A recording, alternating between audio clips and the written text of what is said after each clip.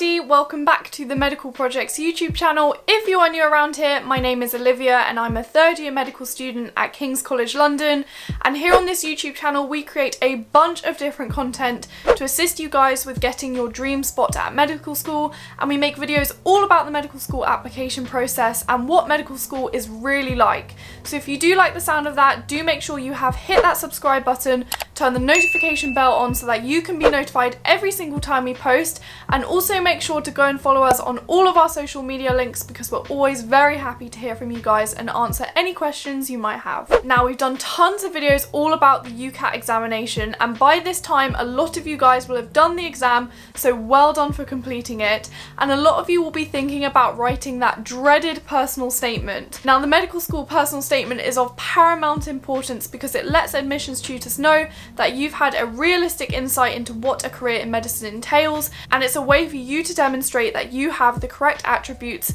and skills necessary to be a highly successful doctor. Now, a lot of students stress out about writing a personal statement, and we've actually done a video all about how to write one and the structure I recommend you use, so if you haven't checked that video out already, please do so.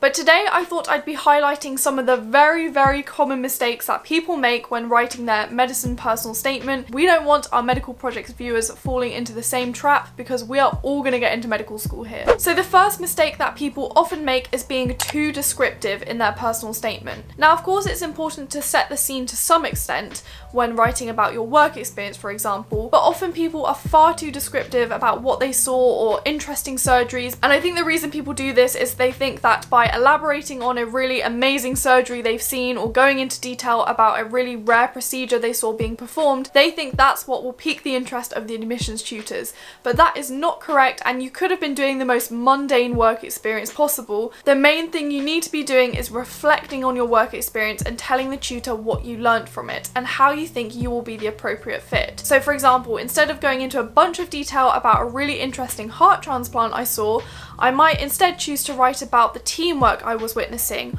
or the collaboration between the anaesthetists and the surgeons and the scrub nurses to ensure that the patient safety was maintained throughout the operation. And then I might go into further detail and say that I'm a team player and I have those attributes because I am the captain of a football team. I am absolutely not, but something like that. The next mistake we see a lot of people making is using super cliche sentences, and these are really hard to avoid in your personal statement writing because of course we're all sharing a love for a similar subject. We all have similar passions for biology and the human body and helping people, but wherever possible try steer away from using really generic phrases. So these are things like, I have a passion for biology. Just avoid the P word in general. It's one that is so overused in the personal statement, so if you can, try and reword it a little bit. Also, cliche phrases like, I've wanted to be a doctor since I was born, or I want to help people. And the reason I suggest steering clear of generic phrases like this is because in your interview, if you have a very mean interviewer, which you sometimes will have, they might sit you down and say something along the lines of, well, a nurse helps people, and an accountant helps people, and someone that works in retail helps people, so what makes this so different? So try and make sure whenever you are expressing your interest in a career in medicine,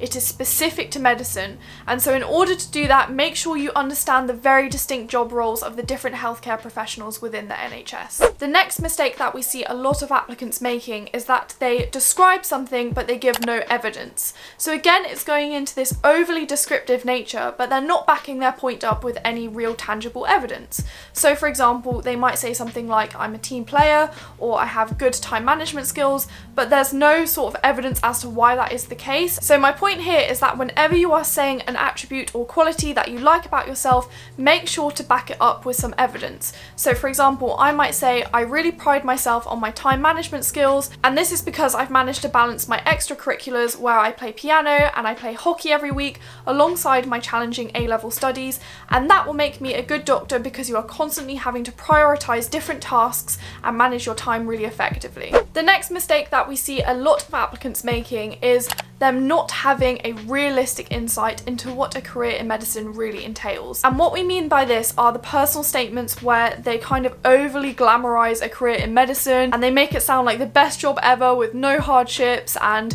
it's going to be amazing and we're going to save lives all the time, when really that isn't the case. And the best way I recommend getting a realistic insight is by talking to different healthcare professionals, and make sure that you're really getting those answers for yourself when you're on your work experience opportunities. So something that I think can be a nice thing to talk about in your personal statement at the end is how you're going to address the difficulties of the job. So you might have noticed that actually it's going to be a very stressful career because it's very emotionally demanding, you work very long, often unsociable hours, and you'll often be working in a very challenging and unfamiliar environment. And so you might want to go into some detail about how you might tackle these problems as you encounter them. Finally, the last really common mistake that we see in medicine personal statements are when people are writing about things that they haven't seen or they haven't read, or they're over exaggerating about something they've seen. It is really, really obvious as the reader when you are writing about something that you're unfamiliar with.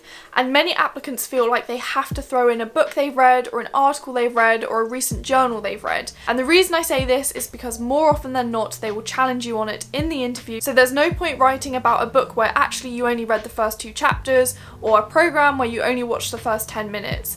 Make sure you are being honest in your personal statement, and also going along with that point, make sure you are not plagiarizing, because do remember that even if you're using an older brother or older sister's personal statement for reference, or if you're reading one online, all of the personal statements go through a centralized system and they all get scanned for plagiarism. So if you're tempted to copy a unique phrase that you've seen in someone else's personal statement that they submitted a while ago, please do not do this, because you will be called out on it and it will be an immediate rejection. So these are some of the very common mistakes that we see in medical school personal statements, and these can be the differences between you getting an interview and not. So really do make sure you are trying to avoid these mistakes and are thinking very carefully about what you're putting in your 4,000 character limit. So that is all for today's video. I really hope you guys found it informative and it will help you with writing your own personal statement.